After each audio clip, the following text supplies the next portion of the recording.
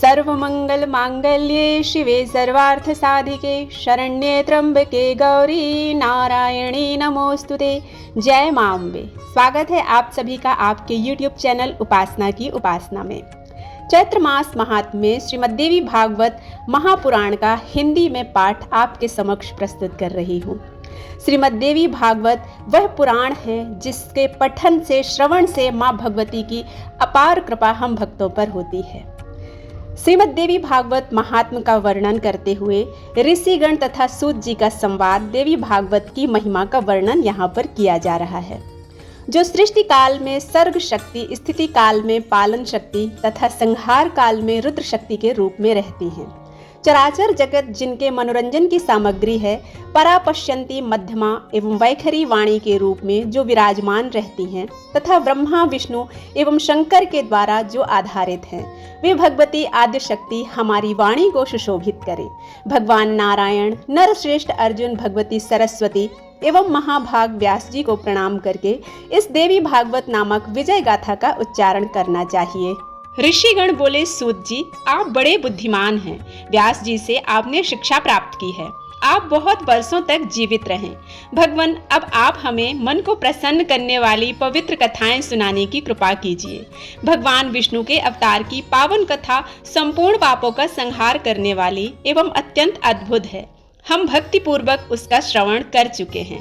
भगवान शंकर का दिव्य चरित्र, भस्म और रुद्राक्ष धारण करने की महिमा तथा इसका इतिहास भी आपके मुखारविंद से सुनने का सुअवसर हमें मिल चुका है।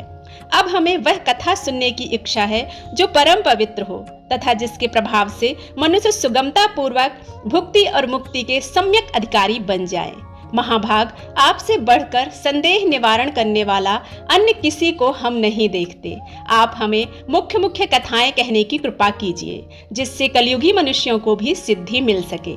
सूत जी कहते हैं, ऋषियों तुम बड़े भाग्यशाली हो। जगत के कल्याण होने की इच्छा से तुमने यह बहुत उत्तम बात पूछी। अतः संपूर्ण शास्त्रों का जो सार स्वरूप है, वह प्रसंग विशद रूप से तुम्हारे सामने मैं उपस्थित करता हूँ।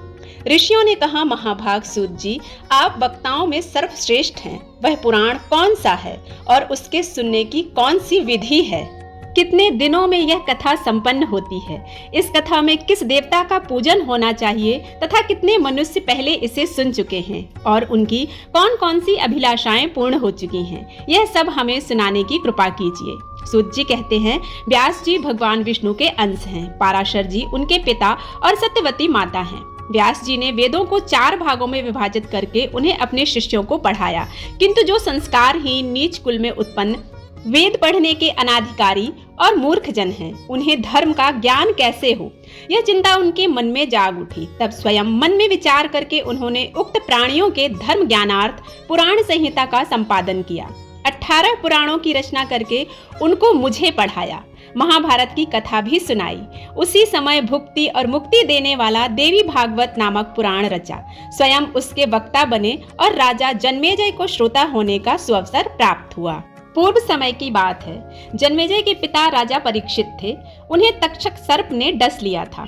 उनकी दुर्गति निवारण के लिए जन्मेजय ने देवी भागवत सुना। वेद व्यास जी के मुखारविंद से 9 दिनों में इसकी श्रवण विधि संपन्न की। वे त्रिलोक जननी भगवती आद्य शक्ति का विधि पूर्वक पूजन करते थे। नवाह यज्ञ समाप्त होने पर उसी क्षण महाराज परीक्षित को भगवती का परम धाम प्राप्त हो गया। दिव्य रूप धारण करके वे वहां पधार गए। पिता को परम धाम प्राप्त हो गया, यह देखकर राजा जन्मेजय को अपार हर्ष हुआ। उन्होंने मुनिवर व्यास जी की भली भांति पूजा की। जो मानव भक्ति पूर्वक देवी भागवत कथा सुनते हैं, सिद्धि सदा उनके सन्निकट खेलती रहती है। अतः उन्हें निरंतर इस पुराण का श्रवण करना चाहिए। सतयुग, त्रेता और द्वापर में अनेकों धर्म थे, किंतु कलयुग के लिए एक पुराण श्रवण ही धर्म रह गया है। इसके सिवा मनुष्यों का उद्धार करने वाला दूसरा कोई धर्म ही नहीं है।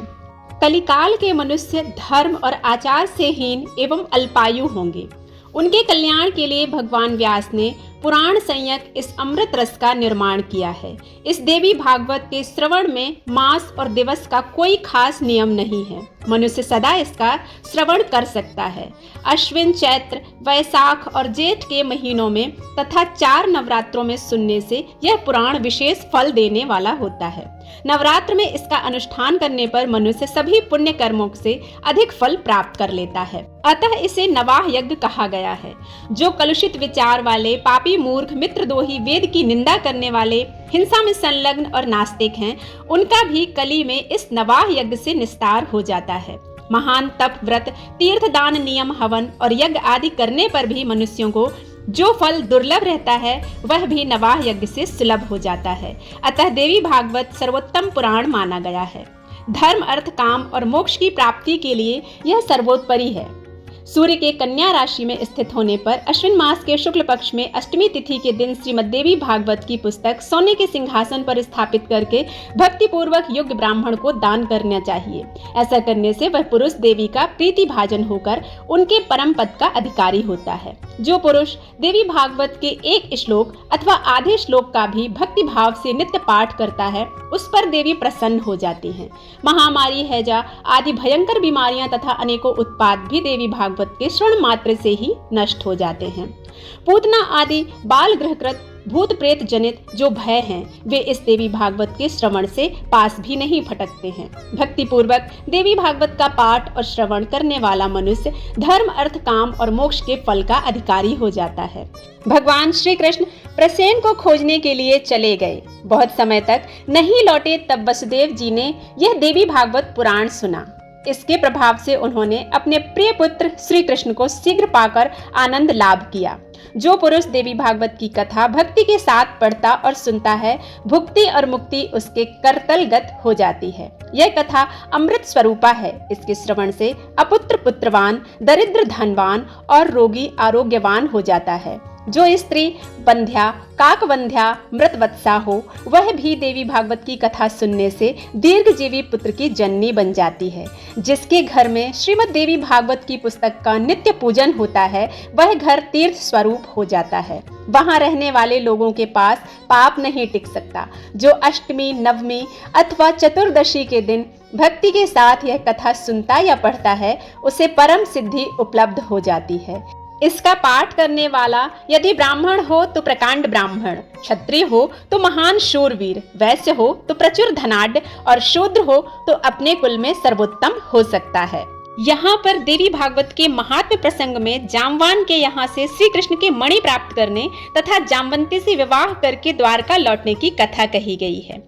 ऋषियों ने पूछा, महाबुद्धिमान सूत जी, महाभाग वसुदेव ने कैसे पुत्र प्राप्त किया? भगवान श्री कृष्ण ने परिभ्रमण करके प्रसेन को कहाँ खोजा और क्यों खोजा? श्रीमद् देवी भागवत की यह कथा वसुदेव जी ने किस विधि से सुनी और किसके द्वारा सुनी? इसके कौन वक्ता हुए? यह बताने की कृपा कीजिए। सूत जी बोले, भोजवंशी राजा सत्राजित द्वारका में सुख पूर्वक रहते थे। उनके द्वारा सदा सूर्य का आराधन हुआ करता था। भगवान सूर्य ने सत्राजित के भक्ति से प्रसन्न होकर उन्हें अपने लोक का दर्शन कराया। साथ ही उन्हें एक स्मंतक मणि प्रदान की। सत्राजित इस मणि को गले में धारण कर द्वारका आ गए। वह मणि अत्यंत चमकीली थी। उसे देखकर पूर्ववासियों ने समझा कि सूर्य नारायण हैं। अतः सुधर्मा सभा में बैठे हुए भगवान श्री कृष्ण के पास जाकर वे उनसे कहने लगे, जगत प्रभु, ये सूर्य नारायण आ रहे हैं। उनकी बात सुनकर भगवान श्री कृष्ण के मुख पर मुस्कान छा गई। वे बोले, अरे बालको, ये सूर्य नहीं है, ये तो स्मंतक मणि धारण कर सत्राजित आ रहे हैं। मणि के कारण उनकी ज्योति फैल रही है। सूर्य ने उन्हें यह मणि दी है। तदंतर सत्राजित ने ब्राह्मणों को बुलाकर उनसे स्वस्ति वाचन कराया, मणि की पूजा की और उस मणि को अपने भवन में स्थापित कर दिया। प्रतिदिन 8 भार स्वर्ण देने वाली वह मणि जहाँ रहती थी, वहाँ महामारी, दुर्भिक्ष एवं अन्य उत्पात संबंधी भय कभी नहीं ठहर सकते थे। सत्राजित के एक भाई थे, उनका नाम प्रसेन था। एक बार वे उस मणि को गले में धारण कर घोड़े पर सवार हुए और शिकार खेलने के लिए वन को चल पड़े। उन्हें सिंह ने देखा एवं घोड़े सहित मारकर मणि ले ली। ऋक्षराज जामवान बड़ा बली था। उसने देखा सिंह मणि लिए हुए है, अतः बिल के द्वार पर ही सिंह को मारकर उसने मणि छीन ली और उसे अपने पुत्र को खेलने के लिए दे दिया। बच्चा भी उस चमकीली मणि को देखकर अत्यंत प्रसन्न हुआ और उस मणि के साथ खेलने लगा। कुछ समय बाद जब प्रसेन नहीं लौटे, तब सत्राजित को महान दुख हुआ। कहा, पता नहीं किसे मणि पाने की इच्छा हो गई। जिसके हाथों प्रसेन काल का ग्रास बन गया। फिर तो जन समाज के मुख से द्वारका में इस प्रकार किंवदंतियां फैल गईं कि हो न हो श्री कृष्ण ने प्रसेन को मार डाला है, क्योंकि मणि में उनकी आसक्ति हो गई थी। यह बात भगवान श्री कृष्ण के कानों में भी पड़ी। तब अपने ऊपर लगे हुए इस कलंक को दूर करने के लिए उन्होंने कुछ पुरवासियों को साथ लेकर यात्रा आरंभ कर दी। वे वन में पहुंचे, सिंह द्वारा मारे हुए प्रसेन को देखा। रक्त से चिन्हित मार्ग को पकड़कर सिंह को खोजते हुए वे आगे बढ़े। एक बिल के द्वार पर मरा हुआ सिंह दिखाई पड़ा। तब कृपा परवश हो वे पुरवासियों से कहने लगे, तुम लोग मेरे लौटने तक यहीं रहना। मणि लेने वाले का पता लगाने के लिए मैं इस बिल के अंदर जा रहा हूँ। बहुत अच्छा कहकर पुरवासी वहीं ठहर गए। भगवान श्री कृष्ण बिल के भीतर वहां गए जहां जाम्बान का स्थान था। देखा ऋक्षराज का बालक मणि हाथ में लिए हुए था। इन्होंने मणि छीनने की चेष्टा की। इतने में धाय ने भयंकर शब्दों में गर्जना आरंभ कर दी। धाय की चिल्लाहट सुनकर वहां तुरंत जाम्बान आ गया। उसका भगवान श्री कृष्ण के साथ युद्ध आरंभ हो गया। रात दिन लगातार लड़ाई होती रही। दोनों में 27 दिनों तक घोर संग्राम चलता रहा। उधर द्वारकावासी भगवान श्री कृष्ण की प्रतीक्षा में बिल के द्वार पर रुके थे।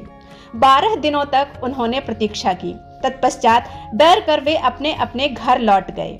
पहुंचने पर आरंभ से अंत तक सारा समाचार कह सुनाया। सुनकर सबको महान कष्ट हुआ। अब वे सत्राजित की निंदा करने लगे।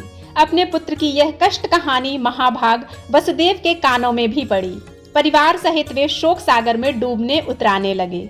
अब मेरा कल्याण कैसे होगा? इस प्रकार की अनेकों चिंताएं उनके मन में उठने लगीं। इतने में देवर्षि नारद जी ब्रह्मलोक से वहां पधारे। वसुदेव जी उठकर खड़े हो गए, मुनि को प्रणाम किया, उनकी यथोचित पूजा की। नारद जी ने बुद्धिमान वसुदेव जी से कुशल समाचार पूछा। फिर कहा, आप चिंतित क्यों हैं? इसका कारण बताइए।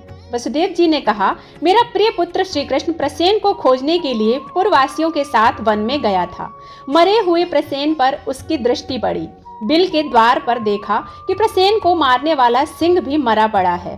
तब पुरवासियों को द्वार पर ही ठहराकर वह स्वयं अंदर घुस गया। मुने बहुत दिन व्यतीत हो गए हैं, अब तक मेरा वह प्राण प्रिय पुत्र नहीं लौटा, इसलिए मैं चिंतित हूँ। कोई ऐसा उपाय बताने की कृपा कीजिए जिससे मेरा लड़का शीघ्र वापस आ जाए। नारद जी बोले, यदुश्रेष्ठ, तुम पुत्र प्राप्ति के लिए अंबिका देवी की आराधना करो। उनके आराधन से ही तुम्हारा शीघ्र कल्याण होगा। वसुदेव जी ने पूछा देवर से, वे अंबिका देवी कौन हैं? उनकी क्या महिमा है और कैसे उनका पूजन होता है? भगवान यह बताने की कृपा कीजिए। नारद जी बोले, महाभाग वसुदेव, अंबिका देवी के संपूर्ण महात्म्य को विशद रूप से कौन कह सकता है? मैं संक्षेप में कहता हूँ, ध्यान से सुनो। भगवती अंबिका नित्य स्वरूपिणी है। सतचिद और आनंद उनका श्री विग्रह है। वे सर्वोपरि है। यह चराचर जगत उनमें ओतप्रोत है। उन्हीं की आराधना के प्रभाव से ब्रह्मा जी इस चराचर जगत की रचना करते हैं। मधु और कैटव से भयभीत होने पर पितामह ने देवी की स्तुति की और वे उस भय से मुक्त हुए। उन्हीं की कृपा से भगवान विष्णु इस जगत का संरक्षण करते हैं। भगवान रुद्र पर उनकी कृपा दृष्टि पड़ी, तभी संसार के संहार में वे सफल हो सके। वे ही संसार बंधन में हेतु हैं। मुक्त कर देना भी उन्हीं का काम है। वे देवी परमा विद्या स्वरूपिणी हैं। संपूर्ण शक्तिशालियों पर भी उनका शासन रहता है। तुम नवरात्र विधि से उन भगवती जगदम्बिका का पूजन करके 9 दिनों में श्रीमद् देवी भागवत पुराण सुनो। उस पुराण के श्रवण करने से शीघ्र ही तुम्हारा पुत्र लौट आएगा। इस पुराण के पढ़ने और सुनने वाले से भुक्ति और मुक्ति दूर नहीं रह सकती। इस प्रकार मुनिवर नारद जी के कहने पर वसुदेव जी ने उनके चरणों में मस्तक झुकाया और अपार प्रसन्नता प्रकट करते हुए वे कहने लगे। वसुदेव जी बोले, भगवान, आपके कहने पर भगवती जगदम्बिका का कृपा प्रसाद से सिद्ध होने वाला अपना पूर्व प्रसंग मुझे याद आ गया। उसे मैं कहता हूँ, सुनिए। पहले की बात है, आकाशवाणी से यह जानकर कि देवकी के 8वें गर्भ से कंस का निधन होगा, पापी कंस ने भय के कारण मुझे सभा में ही घेर लिया। अपनी स्त्री देवकी के साथ मुझे कारागार की हवा खानी पड़ी। ज्यों ही बच्चे पैदा होते दुरात्मा कंस उन्हें मार डालता था और कंस के हाथों मेरे 6 बालकों की मृत्यु हो जाने पर देवकी के अंतःकरण में शोक का सागर उमड़ पड़ा। अब वह कल्याणी रात दिन चिंता करती रहती। तब मुनिवर गर्ग जी को बुलाकर उनके चरणों में मस्तक झुकाया, पूजा की, अनुनय विनय किया और पुत्र की इच्छा प्रकट करते हुए देवकी की कष्ट कथा उन्हें कह सुनाई। मैंने कहा, भगवान आप करुणा के सागर हैं। यादवों ने आपसे दीक्षा पाई है। मुने आप दीर्घजीवी पुत्र प्राप्त होने का साधन बतलाने की कृपा करें। तब दयानिधि गर्ग जी प्रसन्न होकर मुझसे कहने लगे। गर्ग जी बोले, महाभाग वसुदेव, दीर्घजीवी पुत्र प्राप्त होने का उपाय बताता हूँ, सुनो। भगवती दुर्गा भक्तों का दुख दूर करने वाली और कल्याण स्वरूपिणी हैं। तुम उन्हीं की आराधना करो, उनकी कृपा से तुम्हारा तुरंत कल्याण हो जाएगा, क्योंकि उनकी उपासना से अखिल जनों के समस्त मनोरथ पूर्ण हो जाते हैं। भगवती दुर्गा में भक्ति रखने वाले मनुष्यों को जगत में कुछ भी दुर्लभ नहीं है। मुनि के यूं कहने पर हम पति पत्नी दोनों के हृदय में अपार हर्ष छा गया। मैंने अत्यंत भक्ति पूर्वक उनको प्रणाम किया और हाथ जोड़कर कहा, भगवान आप परम दयालु हैं। यदि मुझ पर आपकी कृपा हो तो मथुरापुरी में रहकर ही आप मेरे लिए भगवती जगदम्बिका की आराधना आरंभ कर दीजिए। महामते, मैं कंस के यहाँ बंदी बना हूँ। इस समय मुझसे कुछ भी होने की संभावना नहीं दिखती, अतः आप ही इस दुख रूपी दुस्तर सागर से उद्धार करने की कृपा कीजिए। इस प्रकार मेरे कहने पर मुनिवर गर्ग जी प्रसन्न होकर बोले, वसुदेव तुम मेरे अति प्रेम पात्र हो, अतएव तुम्हारे कल्याणार्थ मैं अवश्य यत्न करूंगा। फिर तो मेरे प्रेम पूर्वक प्रार्थना करने पर मुनिवर गर्ग जी भगवती जगदम्बिका की आराधना करने के लिए कुछ ब्राह्मणों को साथ लेकर विंध्य पर्वत पर चले गए। वहां पहुंचकर वे भक्तों की मनोरथ पूर्ण करने वाली जगन माता के जप और पाठ में संलग्न होकर उनकी आराधना करने लगे। अनुष्ठान समाप्त होने पर आकाशवाणी हुई, मुने मैं प्रसन्न हूँ, तुम्हारा कार्य अवश्य सिद्ध होगा। पृथ्वी का भार दूर करने के लिए मैंने श्री विष्णु को आदेश दिया है। वसुदेव के यहाँ देवकी के गर्भ से वे अपना अंशावतार ग्रहण करेंगे। उनके प्रकट होते ही वसुदेव जी कंस के डर से उन्हें लेकर गोकुल के नंद जी के घर पहुंचा देंगे। साथ ही यशोदा जी कन्या को ले जाकर अपने यहाँ आए हुए कंस को दे देंगी और कंस उस कन्या को जमीन पर दे मारेगा। इतने में ही वह कन्या कंस के हाथ से छूट जाएगी, उसका अत्यंत मनोहर रूप हो जाएगा। मेरा ही अंश रूप विग्रह धारण करके वह विंध्यगिरि पर आकर जगत के कल्याण में संलग्न हो जाएगी। इस प्रकार आकाशवाणी सुनकर मुनिवर गर्ग जी ने भगवती जगदम्बिका को प्रणाम किया। अत्यंत प्रसन्न होकर वे मथुरापुरी में आए। मैंने उनके मुख से देवी का वरदान सुना। सुनते ही हम पति पत्नी दोनों को बड़ी ही प्रसन्नता हुई। मेरे हृदय में आनंद का समुद्र उमड़ पड़ा। तभी से भगवती जगदम्बिका का उत्तम महात्म मैं जानता हूँ। देवर से आज भी आपके मुखारविंद से वही महात्म मैं सुन रहा हूँ। अतः प्रभु आप ही मुझे श्रीमद् देवी भागवत सुनाने की कृपा कीजिए। देवर से आप दया के सागर हैं, मेरे सौभाग्य से ही आपका यहाँ पधारना हुआ है। वसुदेव जी का कथन सुनकर नारद जी प्रसन्न हो गए। शुभ दिन शुभ नक्षत्र में उन्होंने कथा आरंभ कर दी। कथा की निर्विघ्न समाप्ति के लिए अनेकों ब्राह्मण नवाण जप करने लगे। कुछ ब्राह्मणों ने मार्कंडेय पुराणोक्त दुर्गा सप्तशती का पाठ प्रारंभ कर दिया। नारद जी ने प्रथम स्कंद से कथा आरंभ की। वसुदेव जी भक्ति पूर्वक सुनते रहे। 9वें दिन कथा प्रसंग समाप्त हुआ। महाभाग वसुदेव जी ने प्रसन्न होकर पुस्तक और कथावाचक की यथोचित पूजा की। उस समय भगवान श्री कृष्ण का जाम्बान के साथ बिल में युद्ध चल रहा था। पश्चात भगवान श्री कृष्ण के मुष्टि प्रहार से जाम्बान घायल हो गया, उसकी देह रक्त से सन गई। फिर जब चेत हुआ तब उसने भगवान श्री कृष्ण के चरणों में मस्तक झुकाया और अपार श्रद्धा प्रकट करता हुआ वह उनसे अपना अपराध क्षमा कराने लगा। उसने कहा, भगवान मैं आपको जान गया, आप ही राघवेंद्र भगवान श्री राम हैं। आपके क्रोध से समुद्र क्षुब्ध हो उठा था, लंका चौपट हो गई और सब परिवार रावण काल का ग्रास बन गया। भगवान वे ही आप अब श्री कृष्ण के रूप में पधारे हैं। मेरी उदंडता क्षमा करें प्रभु, मैं सब तरह से आपका सेवक हूँ, उचित आज्ञा देने की कृपा करें। जाम्बान की बात सुनकर जगत प्रभु भगवान श्री कृष्ण ने कहा, ऋक्षराज हम मणि के लिए यहाँ बिल में आए हैं। फिर तो ऋक्षराज जाम्बान ने प्रीति पूर्वक भगवान श्री कृष्ण की पूजा की, अपनी कन्या जामवती का उनके साथ विवाह कर दिया। और मणि भी सौंप दी। तब श्री कृष्ण ने जाम्बवती को पत्नी के रूप में स्वीकार करके मणि गले में धारण कर ली और जाम्बवान से विदा लेकर वे द्वारका के लिए प्रस्थित हो गए। उसी दिन देवी भागवत की कथा समाप्त हुई। उदार बुद्धि वसुदेव जी ने ब्राह्मणों को भोजन कराकर उन्हें दक्षिणा से प्रसन्न किया।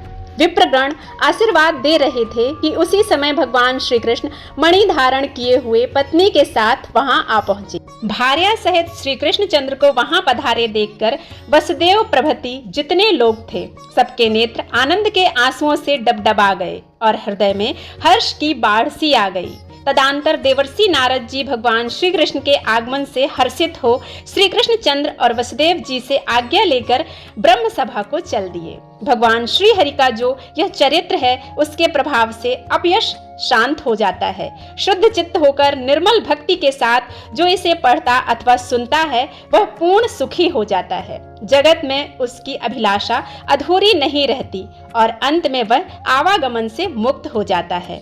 इस प्रकार श्रीमद् देवी भागवत का प्रथम अध्याय समाप्त होता है। कल द्वितीय अध्याय का रसास्वादन हम सभी करेंगे। इसी आशा के साथ आप सभी से विदा लेती हूँ। जय मां अम्बे।